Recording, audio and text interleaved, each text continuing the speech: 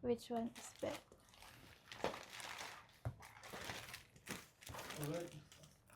Best ever collab daw to ng Crocs, guys. Tara, check natin.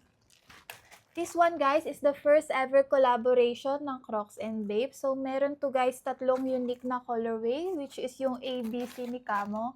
Ito yung green, yung pink, and then yung blue. So, meron tayo dito, guys, na green camo colorway. So, ito, guys, pag binili nyo, may kasama na silang 5G bits in total. So, pakita ko sa inyo yung structure niya. So, sa left side, guys, andito yung Baby Milo. And then, yung sikat na tagline nila na Ape shall never kill ape. And then, sa right side naman, guys, andito nakalagay yung Bape head logo, yung tiger, and then yung shark. Sa base naman nito, guys, is beige colorway. May nakalagay na Crocs. And same sa loob niya, guys, beige colorway. Nakalagay yung Crocs and nakaprinted yung Bape head logo. For the heel strap niya, guys, ayan, same sila, guys. May nakalagay na Crocs and then yung abating ape.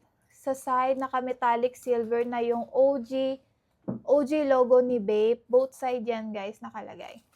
Ayan. Sa normal na Crocs, guys, naka-plastic lang yung dito nila sa gilid. So, ayan, guys. So, same structure, same design lang, guys, pati yung pink and blue colorway nila. Pili na lang kayo kung anong mas gusto nyo.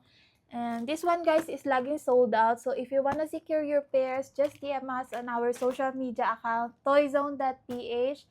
It's Diana Zeng. See you on the next video. Bye-bye. Okay.